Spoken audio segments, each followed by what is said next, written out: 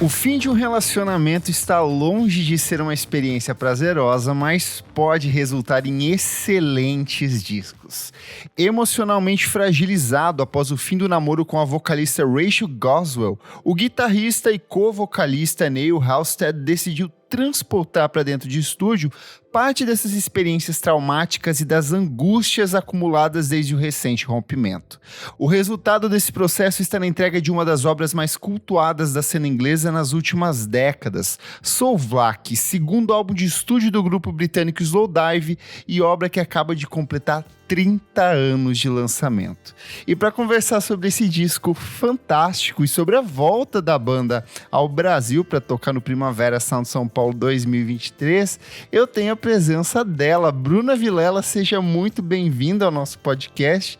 Peço que você se apresente, conte um pouco do seu histórico e como foi que você conheceu o som do Slowdive. Obrigada demais, Kleber. Estou muito feliz de estar aqui. Massa demais falar sobre esse disco também. Então, eu sou musicista, né, independente, assim, toco um tanto de banda por aí, mas tive a banda com a qual eu passei mais tempo. A gente tinha muita influência de shoegaze e eu, particularmente, muita influência de Slowdive também, assim, que era a minha banda Mieta. Também sou jornalista e pesquisadora de som e música, agora no mestrado também. Mas eu acho que quando eu descobri, assim, o Slowdive, eu tinha acabado de mudar para Belo Horizonte. Eu sou do interior de Minas, de uma cidade lá no sul de Minas. E eu estava com uns 17 anos, assim, então foi um timing muito perfeito também, porque toda aquela questão da melancolia do disco, todas as temáticas envolvidas ali. E eu acredito que eu estava ouvindo alguma coisa assim, estava descobrindo o shoegaze mesmo enquanto uma cena, e algum amigo desses grupos de música, assim, de Facebook, de WhatsApp, mandou When the Sun Hits. Eu acho que era When the Sun Hits. Poderia ser Soulvlak Space Station também, mas eu acho que era When the Sun Hits. E aí eu ouvi aquilo e fiquei, meu Deus do céu. Eu já tocava guitarra há um tempinho, assim, e gostava muito principalmente pedal de efeito de delay. O mundo então, se quando abriu, eu ouvi, o mundo se abriu. Não, aí já era. Assim. Perfeito. Depois não teve mais volta. Cara, pra mim é muito curioso. Eu acho que o Slowdive, ele vem assim num pacotinho. Quando você começa a ouvir My Bloody Valentine, eu acho que ele automaticamente puxa o Slowdive com o Soulvlak e puxa o Ride também. Então eu acho que vem nessa trinca, assim, naquele redondinho. E aí você faz aquele exercício de voltar. E qual que é a origem do shoegaze? Daí você vai lá pro The Jesus and Mary Chain e outras experimentações ali. Mas eu acho que eles, pra mim também foi meio que nessa época, assim, com uns 17, 18 anos, quando eu comecei a mergulhar nesse universo para além do indie nova-iorquino, que era a coisa que me atraiu de cara ali com Strokes e afins. Mas eu lembro que ali por 2016 já rolava boatos de uma possível volta deles com material de inéditas. E aí eu, voltei a ouvir. Eu acho que ali pela primeira vez bateu muito forte, assim. Eu lembro de ouvir ele meio que na época que o Bowie tinha falecido, assim, então eu lembro que caiu um peso muito grande, tinha uma atmosfera melancólica muito grande, e ali funcionou muito bem pra mim. E aí, assim, logo no ano seguinte, eles voltaram com aquele quarto disco, assim, depois de anos de um hiato, assim, maluco, com um disco maravilhoso também, um disco sensacional. Vieram fazer show aqui no Brasil, assim, então parecia que todos esses elementos se alinharam para que eu tivesse esse contato. Então, para mim foi fantástico, assim.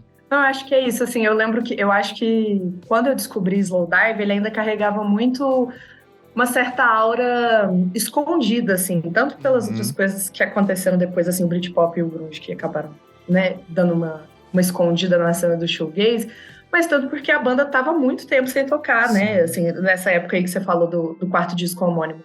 Então, quando teve esse retorno, eu também tive essa sensação, assim, como se um tesourinho estivesse sendo redescoberto, assim, e de uma forma muito saudável, porque parecia que tava tudo escondido lá, assim. Total. Mas vamos voltar ainda mais no tempo, porque o Slowdive foi formado em outubro de 1989, na cidade de Reading, na Inglaterra, pelo Neil Halstead e pela Rachel Goswell, que era ela é ainda lindíssima, mas nessa época ela era tão fofinha, com aqueles cabelinhos ruivos, a pelinha clara ali, a perfeita. Ela é muito crush, assim, do shoegaze, assim. E os dois cantavam e tocavam violão e eram amigos desde os 6 anos de idade, então tinha um histórico ali. Em um domingo aleatório, junto de um grupo de jovens, eles começaram a fazer música em uma banda de indie pop chamada Pumpkin Fairs, que na época já contava com o baixista Mike Cottle e a bateria do Adrian Sell. Quando o Pumpkin Fairs se separou, formou-se o Slowdive, incluindo também a bateria do Adrian Sell, que mais tarde seria substituído pelo baterista Simon Scott, que seria o baterista oficial ali então da banda. E um amigo deles, que era o baixista Nick Chaplin. Um terceiro guitarrista chamado Christian Saville, anteriormente da banda Eternal, entrou quando se tornou a única pessoa a responder um anúncio da banda. O anúncio pedia especificamente por uma mulher guitarrista, mas o Saville queria tanto entrar que se ofereceu para usar um vestido e posteriormente ele foi recrutado ali. Eu acho muito curioso nesse histórico como, não que isso seja, meu Deus, um ato feminista ou qualquer coisa do tipo, mas como essas bandas shoegaze, elas sempre abrem espaço para as mulheres. No My Bloody Valentine a gente tem também. Eu fiquei pensando muito o porquê disso e talvez seja, sei lá, como uma forma de contrastar com essa barulheira toda, sabe? De ter essa delicadeza das vozes. Eu acho que exige uma voz feminina nesse meio? Cara, tem uma coisa sobre isso, assim, que me impactou tanto quanto a audição, uma frase me impactou tanto quanto a audição do disco, que eu descobri por meio de uma entrevista que o Jonny Greenwood deu para o Simon Reynolds na revista The Wire, e que ele fala que roubou uma frase do Slowdive, que é enxergar as guitarras mais como clitóris do que como falo. E isso, quando eu descobri isso, assim, fez tanto sentido pra mim, porque eu acho que no shoegaze acaba de abrir a minha cabeça. Que é aquela, eu acho que, assim, toda a história do rock alternativo, assim, dessas guitar bands, em algum nível elas podem ser encaixadas nisso, assim, né? Desde os Smiths e a galera do post-punk, mas no shoegaze acho que tem uma recusa em ser esse instrumentista faludo, assim, punheteiro de guitarra, assim, e realmente utilizar um instrumento para composição, né? E não para atender uma expectativa de exibição do que aquele instrumento consegue fazer, assim. E acho que é muito essa posição também das mulheres, no sentido de... Isso mudou muito minha forma de fazer música, inclusive, porque durante muito tempo eu achava que eu tinha que ser aquela mina que fazia um tanto de solo, que colocava um tanto de nota nas músicas, e a partir disso eu adotei essa postura ética, assim, da recusa, como tipo assim, não, se esperam que para eu ser uma boa musicista eu tenha que colocar esse tanto de nota, então eu vou fazer o contrário, assim. Total. Criar uma outra... assim, enxergar a música como um outro tipo de tecnologia mesmo. Nossa, você abriu muito a minha cabeça agora, porque é exatamente isso. Se a gente pega ali da cena dos anos 80, era aquela coisa da urgência, músicas de 2, 3 minutos, a guitarra lá em cima estourando, e o shoegaze vai para um outro campo, é uma maciez, é o tempo, é o tempo do orgasmo, sabe? Não é... E às vezes não é só o orgasmo, é a sensação, é o sentir as emoções que estão rolando ali, muito mais do que esse caráter emergencial, né? Total, a suavidade, né? Não textura, camada. Textura, camada, sobrepor as coisas, né? Nossa, que fantástico. Total. E o nome Slowdive foi inspirado em um sonho vivido pelo próprio Chaplin e foi escolhido contra a vontade da Goswell, que foi derrotada na votação após protestar pelo fato de ter uma música com o mesmo nome, que era Slowdive, do Silks and the Banshees, que era uma das bandas favoritas dela. E aí, meados... Essa música é ótima, inclusive. Perfeita, é fantástico.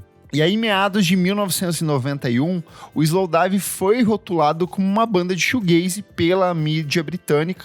O termo, incorporado por conta do fenômeno do The Jesus and Mary Chain, foi aplicado a outras bandas que seguiram o exemplo do My Bloody Valentine, com essa coisa das guitarras bem distorcidas, abrasivas, esses vocais etéreos. E era uma galera, assim, que de um jeito ou de outro meio que circulava um pelo show do outro, tinha, assim, um conceito de cena. E o Slowdive excursionou combinou com outras bandas do gênero no verão de 1991, a imprensa musical britânica tornou-se cada vez menos interessada pelo movimento à medida que o Britpop e o grunge ganhavam cada vez mais destaque. E eu acho que até faz sentido, assim, porque como a gente estava falando, o shoegaze é uma coisa da introspecção, do recolhimento, e tanto o Britpop quanto o grunge são mais emergenciais e comercialmente atrativos pensando no modelo da MTV, que era o que orientava a música pop da época, né? E a produção do primeiro disco do Slowdive começou logo depois do Halstead convencer o Alan McGee, que era o chefe da Creation Records, de que a banda tinha canções o suficiente escritas para um álbum completo, o que estava longe de ser verdade. O grupo rapidamente começou a escrever músicas em estúdio, a experimentação com sons e o uso abusivo de maconhas ocorreu durante o processo, o que deixou as coisas ainda mais lentas, um pouco mais retardadas do som ali. O Halstead tirou muita inspiração lírica da natureza abstrata da música, e na época eles tinham um prazo de 6 semanas em estúdio, nenhuma música em mãos, mas no fim desse processo, milagrosamente, eles conseguiram despejar um álbum para a gravadora, que é o Just for a Day, que foi lançado em setembro de 1991 e ficou entre as 10 primeiras posições no UK Indie Charts da época. Você embarcou nesse ou não? Eu dei uma embarcada, mas depois eu descobri Slowdive pelo Sovlak mesmo, né? Aí depois eu fui dar uma olhada no primeiro disco, e eu gosto dele, assim, tem muita gente que, inclusive a empresa da época, né, acha péssimo e tal. Eu gosto, eu só acho que é isso, assim, não tinha chegado ainda no refinamento que precisava mesmo para ter um disco, assim, né? Os caras abrem esse primeiro disco com uma música de 6 minutos que, assim, por mais que, beleza, tem muita ambiência e tal, toda aquela narrativa atmosférica, mas ainda assim, tipo, não chega, não apresenta as coisas direito. Ele parece muito um esboço, assim, pra mim, sabe? Tem uma ideia na cabeça, mas eu ainda não cheguei no estágio do que eu preciso formular. Pra mim, ele se assemelha muito à questão do próprio My Bloody Valentine, assim, que ainda que o primeiro disco seja muito bom, quando a gente chega no Loveless, você entende que é assim, parece que era um passo que eles precisavam dar pra chegar nesse disco definitivo, né? Totalmente. Inclusive de achar personalidade mesmo, né, e tal, porque algumas coisas parecem meio genéricas nos primeiros discos, aí depois chega e entrega, assim, algo realmente pessoal e tal. E o crítico da Melody Maker, o Paul Lester, criticou a estreia chamando de uma grande decepção. Essa reação piorou quando os críticos reavaliaram esse movimento shoegaze após o lançamento do Loveless, do My Bloody Valentine, em novembro de 1991, que na época já era encarado meio que como um marco e um ponto de encerramento desse movimento. Tipo, chega de ruído aqui, o negócio aqui é Britpop, é grunge, parou com a putaria, e as críticas foram tão pesadas que isso acabou afetando psicologicamente os integrantes da banda. Em uma entrevista posterior, o baterista Simon Scott disse, abre aspas, isso nos afetou porque éramos todos adolescentes na época, disse em uma entrevista em 2009. Nós não conseguimos entender por que as pessoas ficaram tão indignadas com o nosso som que tiveram que contar a New Music Express ou quem quer que fosse. Eles nos queriam mortos, e de fato, eu tava lendo algumas críticas da época, assim, e eu acho que era meio que uma postura da crítica da época, assim, de uma proposta de como os críticos da época se posicionavam, que era muito similar também à Bis aqui no Brasil, que era um sentido, às vezes, muito mais de massacrar a pessoa e menos o trabalho, assim, muito mais... Era um desprezo, uma coisa assim, de botar a galera pra baixo mesmo, assim, era pesado mesmo. Tanto é que tem umas frases, né, tipo assim, quando pega esses trabalhos mesmo, que tem umas ofensas, assim, que a pessoa pensou em como ofender, assim, ela construiu uma frase pra ofender, tipo, ela não tá falando só que a música é ruim, ela tá querendo realmente falar algo muito ruim de você, assim. E assim, mesmo com todas essas críticas negativas, a banda decidiu investir em um novo álbum. Aproximadamente 40 canções foram gravadas e regravadas enquanto o grupo se tornava muito mais autoconsciente das suas composições e de como ela poderia ser recebida pelo público. Quando o Alan McGee, que era o chefe da Creation Records, que nessa época já enfrentava alguma série de problemas financeiros justamente por conta do próprio My Bloody Valentine, de todas essas bandas que passavam meses em estúdio, estúdio, alguns até anos ali, se duvidar. Ele ouviu o material e posteriormente rejeitou, afirmando: está tudo uma merda, abre aspas aqui pela frase dele. Então a banda descartou todas as músicas e recomeçou. Em uma entrevista de 2009, o Halsted relembrou vividamente esse incidente. Abre aspas. Lembro de começar a gravar em um estúdio em Bath. O Spiritualize tinha acabado de chegar lá e deixou uma enorme autorama na sala ao vivo. Lembro-me de pensar que isso era o cúmulo da indulgência. Ironicamente, descartamos tudo o que gravamos. Tivemos de recomeçar as gravações em Oxfordshire. Devíamos ter tocado com o autorama por um mês. Eu acho que isso aqui é um exemplo dessas exigências malucas das bandas, porque de fato a gente tá falando da década de 1990, que foi um período que as gravadoras ganharam muito dinheiro, por consequência as bandas, então essas exigências malucas do tipo, quero ter um autorama dentro do estúdio de gravação, era uma dessas coisas que aconteciam, né?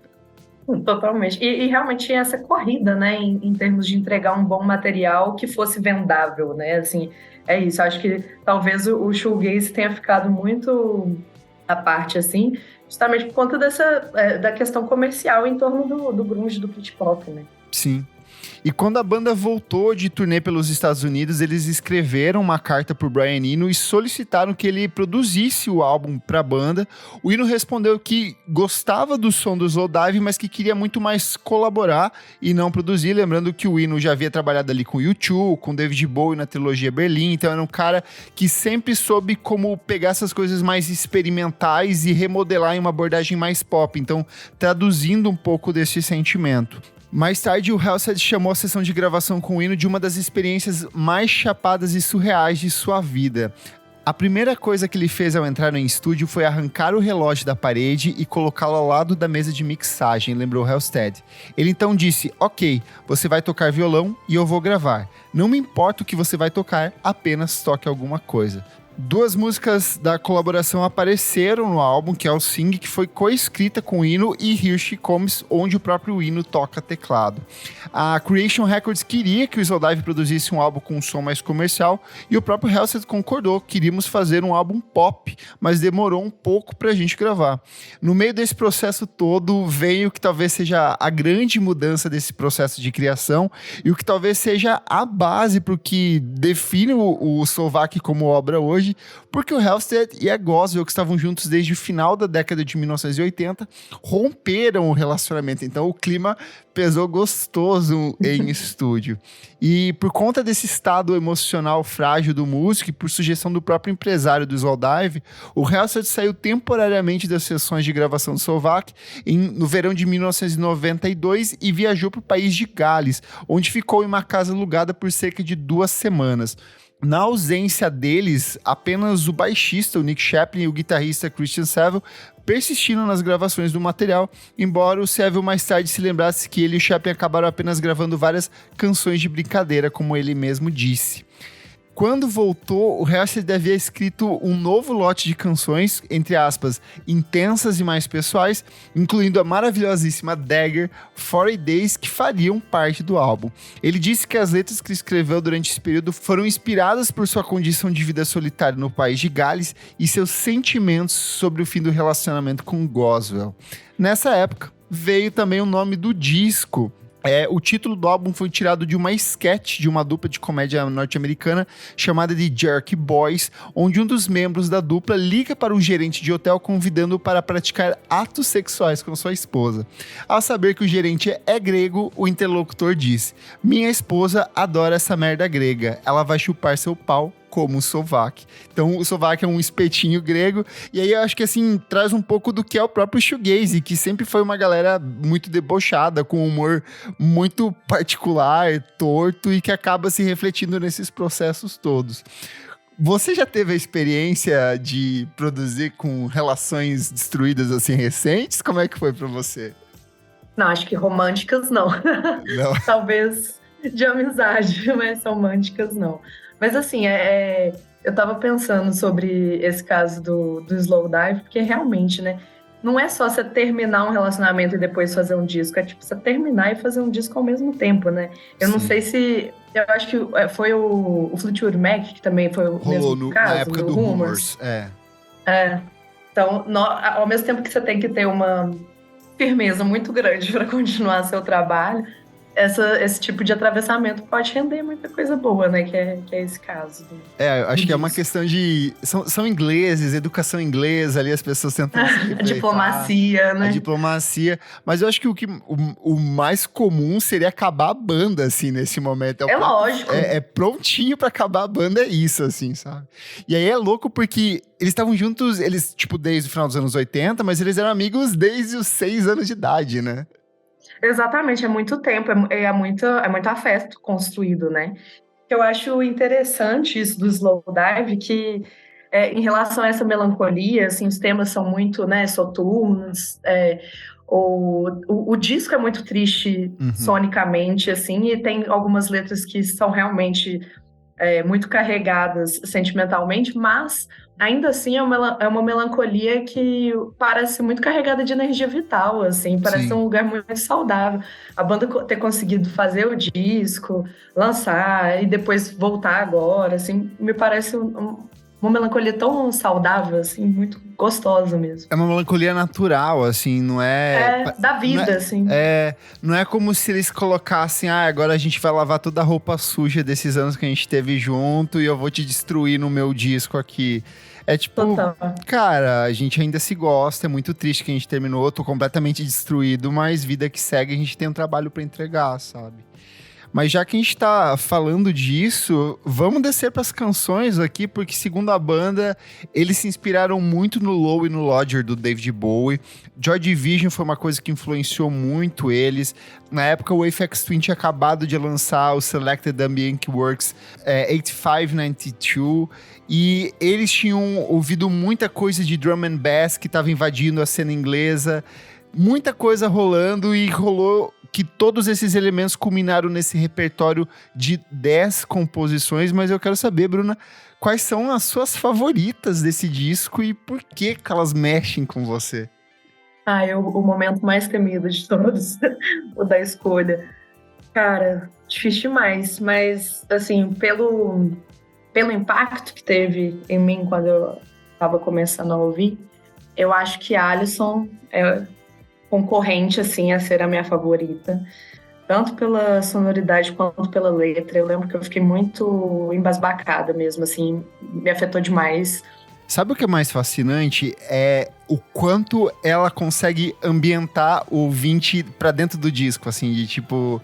O disco é sobre isso, assim, e você entende no momento que ela acaba, ela parece que é quase uma síntese de tudo aquilo que o Slowdive vai fazer ao longo do disco, assim. Questão das vozes, as texturas, a camada. Ela parece que é o tipo de canção que ela existe pelo tempo que ela precisa existir, sabe? Então, assim, vou te apresentar todas as informações desse disco nesse intervalo aqui, sabe? Ela é concisa, ao mesmo tempo ela é pop também, e ela tem as experimentações.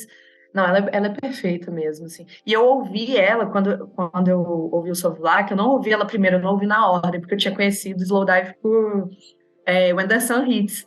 Então, eu fui ouvindo, assim, a banda, e aí, quando apareceu a Alison, eu falei, meu Deus do céu. Então, acho que ela talvez seja a minha favorita. Mas eu gosto muito também de Soulfly Space Station, porque eu acho que ela é meio icônica, assim, não tem como fugir. Perfeita! Aquela introdução com os delays, não tem como, assim, ela é meio épica. Eu sou apaixonado demais quando o Dream Pop encontra o Dub. Pra mim é uma combinação perfeita, porque tem tudo a ver, que são dois elementos que é entender como cada instrumento, ou a ausência do instrumento vai funcionar ali. E quando eles vão pra isso, pra mim, assim, se você é ouvinte que nunca usou drogas, isso talvez seja uma das melhores representações do que é o efeito da droga no ser humano, assim, porque é uma viagem em todos os sentidos. Ela começa, assim, levinha e de repente, assim, parece que você tá vendo a sua alma saindo do seu corpo e voltando, e ela te leva pro cosmos, e ela te traz pra terra. Você tá pensando tudo ao mesmo tempo. Tudo ao mesmo tempo, assim, parece que você tá rodando. Sabe quando você tá naquele estágio que você começa a ficar meio bêbado, assim, que você fica alegrinho, mas soltando seu corpo? Parece que essa música consegue sintetizar isso tudo, assim, musicalmente, sabe? E ao mesmo tempo não é afobado, não é como se fosse um muito frenético, assim. É realmente suave. São muitas camadas que vão se desenhando de forma muito suave. Perfeito. Eu gosto muito de Machine Gun também por conta da dinâmica das vozes, porque eu acho que a voz ela entra meio que quase um instrumento aqui. I saw you shiver. Ela vai costurando. Mas é um disco que tem muitas boas canções. When the Sun Hits, que talvez seja a mais conhecida da banda, a mais comercial, ela é pra mim assim a síntese de tudo que a gente teve nesse Dream Pop do começo dos anos 10, sabe? Dive, todas essas bandas. Nossa, todas essas bandas parece que pararam nessa música e falaram assim: beleza, como que a gente faz um disco a partir disso aqui, sabe? Vamos anotar agora. As próprias bandas, tipo Terno Rei, assim, lá no comecinho de carreira, toda essa... O selo Balaclava Records, muitas das coisas da Power Records também, eu sinto que parece que eles passam por esse disco, por essa música em específico e criaram discos inteiros, sabe? Não, e o engraçado é isso, né? Porque mesmo quando não é uma referência direta, assim, as bandas que, sei lá, essas bandas de shoegaze, ou até eu mesmo na minha banda, eu ouvia muito Slowdive, mas outras pessoas da banda não ouviam. Mas eles ouviam outras coisas que tinham uma influência monstra de Slowdive. Então acaba que a gramática sonora ela já tá assim na sua cabeça, inconscientemente. Total. Porque é muito isso, assim, eu acho que os ecos do Slowdive é uma coisa tão fascinante que foi reverberar pelas décadas seguintes, assim, era uma coisa muito underground, que aí os artistas novos foram surgindo, redescobrindo, e eu sinto que aqui no Brasil ele é um trabalho que acabou vindo muito mais nesse sentido, sabe, dessa onda revivalista do que necessariamente por ele, depois as pessoas fizeram o caminho inverso até conhecer o Slowdive, sabe? Total. O Souvlaki foi lançado em maio de 1993, alguns meses depois que o Suede lançou seu álbum de estreia, que foi bastante popular e deu início ao movimento Britpop. E aí, assim, a reação da crítica, como no álbum anterior, foi geralmente negativa. O jornalista da NME, o John Mulvey, fez uma crítica ambivalente, apesar de notar seu som datado e insatisfatório, como ele mesmo estabeleceu, ele chamou de produto exemplar. Já o David Simpson, escrevendo para a Melody Maker, declarou: esse álbum é vazio e sem alma. Prefiro me afogar sufocando em uma banheira cheia de mingau do que ouvi-lo novamente. Eu achei aqui bem o que a gente falou, sabe? É meio gratuito, assim, é a crítica vazia. Eu quero importunar essa banda do que necessariamente falar sobre o disco em si, né? Não, e não tem nem fundamento, né? Porque você falar é vazio e sem alma, eu prefiro me afogar numa banheira cheia de mingau, você mesmo não tá dizendo nada sobre o que você achou do álbum com essa frase. Assim. E, cara, a coisa que eu mais sinto nesse disco é a alma, é muita vulnerabilidade emocional, é uma sensibilidade muito única, assim. Mas eu acho que, de novo, volta muito para o que era tratar os sentimentos na época. Eu acho que nesse início dos anos 90 era uma coisa muito mais vomitada, as coisas estavam muito mais mirando no que o Kurt Cobain dizia lá no Nirvana, de vomitar as palavras, de gritar, de berrar, e aqui não, é uma coisa mais de internalizar esses sentimentos e refletir um pouco sobre o que você estava sentindo. Então eu sinto que talvez essa reação venha muito disso, né? Total. E assim, são letras que às vezes nem são, muito prolixas, assim, às vezes duas frases que são muito simples, inclusive. É quase um mantra, né? Eles ficam mantra, exatamente. Aí você poderia até achar, assim, se os críticos falassem, assim, que é meio pobre e tal, até daria para entender em algum lado, mas são esse poder de concisão também, de, às vezes, dar frases tão simples, mas bonitas, tipo It Matters Where You Are, que Sim. Antes de entrar o refrão em When the Sun Hits, que ele fala It Matters Where You Are, são frases simples, mas que têm um impacto muito grande, que junto com a ambientação toda da música expressa muito sentimento, isso que você falou, né? Perfeito. E aí, assim, para piorar, a distribuição nos Estados Unidos, que seria da SBK, foi péssima. Eles decidiram adiar a distribuição do disco em 8 meses. Então, quando a banda chegou nos Estados Unidos para divulgar o trabalho, a divulgação nem tinha começado, e isso era muito importante de fazer esse warm-up, esse aquecimento, né? Para quando... historicamente, bandas inglesas sempre tiveram uma dificuldade muito grande de penetração na música norte-americana. São raras raros os casos, tanto que Beatles é uma coisa muito emblemática até hoje, porque de fato foi meio que um fenômeno que conseguiu atravessar o Atlântico, né? Então, assim, falando de uma banda independente, chegar nos Estados Unidos sem ninguém conhecer, é óbvio que o disco ia morrer, assim, ia fracassar, mas ainda assim eles conseguiram mobilizar uma parcela do público, assim, que abraçou, tentaram até uma estratégia de marketing, de compartilhar os panfletos do show de divulgação, mas no fim das contas, assim, não deu muito certo, e isso se seguiu até o trabalho seguinte, né, o Pygmalion de 1995, que meio que encerra a banda ali, a banda chega ao fim, a banda decide encerrar suas atividades, já estava com um sentimento de desgaste, só que o que acontece? Com o surgimento da internet, as discussões dentro de fóruns, novos artistas revisitando essas coisas ao passado, e eu acho que principalmente a questão de ter acesso a coisas que antes eram restritas a selos muito pequenos e uma região muito específica do planeta, a galera começou a redescobrir, assim, eu acho que tanto você quanto eu, a gente deve ter tido muito desse contato de, não sei, de Orkut, de Facebook, de Twitter, de baixar as coisas online, e isso aconteceu lá fora também, né? E o que acontece? Vários artistas como MH3, Sigur Rós, Beach House e dezenas de guitar bands aqui no Brasil, todos eles passam a referenciar o Slowdive, alguns citam a influência direta da banda, referenciam, fazem versões, então meio que ao longo das décadas, esse disco que foi mega massacrado pela crítica, esquecido, ou talvez nem apresentado pelo público, começa a ser redescoberto, e aí eu acho muito curioso porque isso representa muito do que é o próprio Slowdive, que é um som que ele não é imediatista, né? É algo que você precisa ali, putz, eu preciso parar esses 40 minutos, parar tudo que eu tô fazendo, talvez virar o celular para baixo e só ouvir, porque tem muita informação para você perceber aqui, né? Totalmente. Ao mesmo tempo que tem uma massa sonora muito preenchida, né? Porque é muito efeito e tal, são várias coisas acontecendo em várias nuances, né? Achei massa essa leitura que você fez de não ser um som imediatista, né? Assim, e também não é, tipo assim, é diferente também de outras guitar bands, assim, dos anos 90, que só estavam mais, tipo, no indie ou até mais influenciadas pelo grunge, pelo punk, porque às vezes elas até tinham muito efeito de guitarra e tal, mas elas estavam fazendo algo que era menos existencialista nesse sentido de olhar para dentro, trabalhar as emoções e pensar todas as camadas da música como texturas e narrativas. Elas estavam indo num caminho mais tradicional de tipo, a gente vai colocar muita guitarra com efeito, mas nós vamos fazer os riffs, a estrutura da música é essa, né?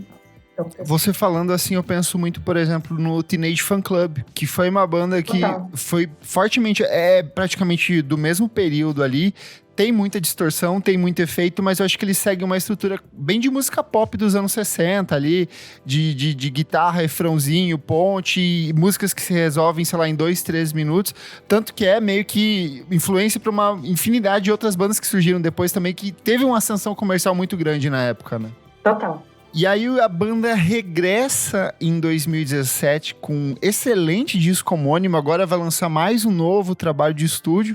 E aí esse disco, que lá atrás foi tão massacrado, foi tão esquecido, tão humilhado, ele vira finalmente um clássico. Eu acho que é só pegar qualquer lista recente que a gente tem de os melhores discos dos anos 90, você vai ver o Soulvlak lá, você vai ver ainda hoje um monte de artista referenciando. Aqui no Brasil eu sinto que ele é um disco meio que fundamental para toda essa galera shoegazer, dream pop, assim. Mas eu quero saber de você, Bruna, o que esse disco representa para você como musicista, para você como fã do Slowdive, e que nota você dá pro Soulvlak? Não quero, nossa. Eu já vou dar a nota logo, porque eu odeio essa parte. Mas eu vou dar 9 mesmo, é um disco que eu gosto, vou meter essa. Mas, cara, é isso, assim, eu acho que em relação ao impacto que ele teve, tem, permanece e tal, tem muito a ver com essa descoberta de como lidar com a guitarra e com a melancolia de uma forma que, para mim, eu ainda não tinha achado em outras bandas quando eu estava descobrindo. Essa questão de pensar que dá para criar músicas com uma narrativa que não sejam as tradicionais da guitarra, assim. Eu acho que é isso, assim, com o Slowdive eu conheci um tanto de banda de shoegaze, eu conheci um tanto de banda que pensava sobre a construção da música de uma forma não convencional, mas ainda assim pop, que também às vezes cai na armadilha de que para fazer todas as experimentações que a gente quer vai entrar num lugar super obscuro, mas eu acho que o Slowdive continua nesse lugar que é pop e ao mesmo tempo saindo do óbvio, né? Eu acho que a coisa mais bonita desse disco pra mim é o quanto ele é completamente diferente toda vez que eu volto pra ouvir ele. Antes da gravação, eu tava ouvindo Sing e eu reparei que tinha uns sintetizadores quase borbulhantes, assim, no finalzinho da canção, que era uma coisa que eu nunca tinha me ligado, e eu sinto que toda vez que eu vou voltando pra esse disco, eu vou percebendo uma nuance diferente. Um solinho de guitarra que tem aqui, que tá quase apagado, escondido num monte de efeitos. A voz da Rachel, que tá lá no fundo, que ela vira um instrumento, ela fica ondulando. Tem uns efeitos que eles começam assim no começo da música e eles vão se estendendo assim até o final e parece que fecha um ciclo assim. Então eu acho que essa é a grande beleza desse disco, o quanto ele é repleto de segredos, de nuances, de texturas, de camadas, de sedimentos musicais ali, poéticos também, que a gente vai redescobrindo ao longo dos anos assim.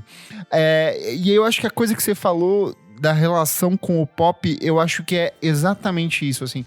Ao mesmo tempo que ele é um disco mega experimental para aquilo que a gente entende como música hoje, nos padrões de músicas de 1 minuto, 2 minutos de Spotify, ele não deixa de ser um disco de música pop. As letras são super acessíveis. Eu acho que é o tipo de coisa que, sei lá, uma banda de música pop se regravasse com outro arranjo, ia ser uma coisa super comercial, funcional e que dialogasse com uma parcela maior do público. Mas eu acho que a beleza dele tá em funcionar dentro desse espaço onde as coisas vão flutuando e assentando dentro de uma medida própria de tempo, assim. Eu também acho que ele é um disco nota 9. Quando eu comparo ele, por exemplo, com o Loveless, eu sinto que o Loveless, ele tem muitos desses elementos, mas ele consegue ir pra dar um passinho a mais, assim, de sei lá, me brincar mais com essas coisas desse som labiríntico, assim. Mas ainda assim, cara, que disco fantástico de uma banda... Você dá quanto pro Loveless, só pra eu O Loveless pra mim é nota 10, é perfeito. É 10, entendi. Não tem como, assim. Mas esse aqui, cara, ele é muito gostoso, é um disco que vale a pena você ouvir, reouvir, ouvir quando você estiver chapado, quando você não estiver chapado, em todos os momentos da vida. Quando estiver triste, quando não estiver triste. Exato, é um disco que eu sempre levo no celular, assim, é aquele disco, sabe, que você tá andando de ônibus, aí você encosta a mão no vidro, assim, escora a cabecinha, e você começa a imaginar um filme na sua vida, assim, num dia de chuva ou num dia de sol. Então é um trabalho fantástico mesmo. Totalmente. E é isso, né? Em algum nível, eu lembro que quando eu tava ouvindo o disco, eu falava, meu Deus, o disco é inteiro melancólico, né? Não tem uma música que seja, assim, enérgica nesse sentido, mais pra cima, assim. Mas, ao mesmo tempo, ele apresenta detalhes diferentes, que você falou, essas miudezas, assim. Uhum. Em cada música, em diferentes momentos, a questão da coisa que cresce e volta, e ao mesmo tempo é coeso, né? O disco é inteiro coeso, assim. O Clássicos VFSM é um projeto paralelo do podcast Vamos Falar Sobre Música. Apoie a gente em padrim.com.br/podcast VFSM. Por apenas R$5 por mês, você tem acesso a esse e outros programas lançados com muita antecedência. Eu sou o @KleberFak no Twitter e no Instagram, e você também pode acompanhar o meu site, musicainstantanea.com.br. Eu sou Bruna Vilela. Quem quiser acompanhar meu trabalho, seja como jornalista, seja como musicista, em pequenos fragmentos aí de bandas, me segue no Instagram, Bruna C. Vilela. Não esquece de seguir a gente nas nossas redes sociais, @podcastvfsm em tudo. Até a próxima e obrigado, Bruna. Obrigada, Kleber, foi ótimo.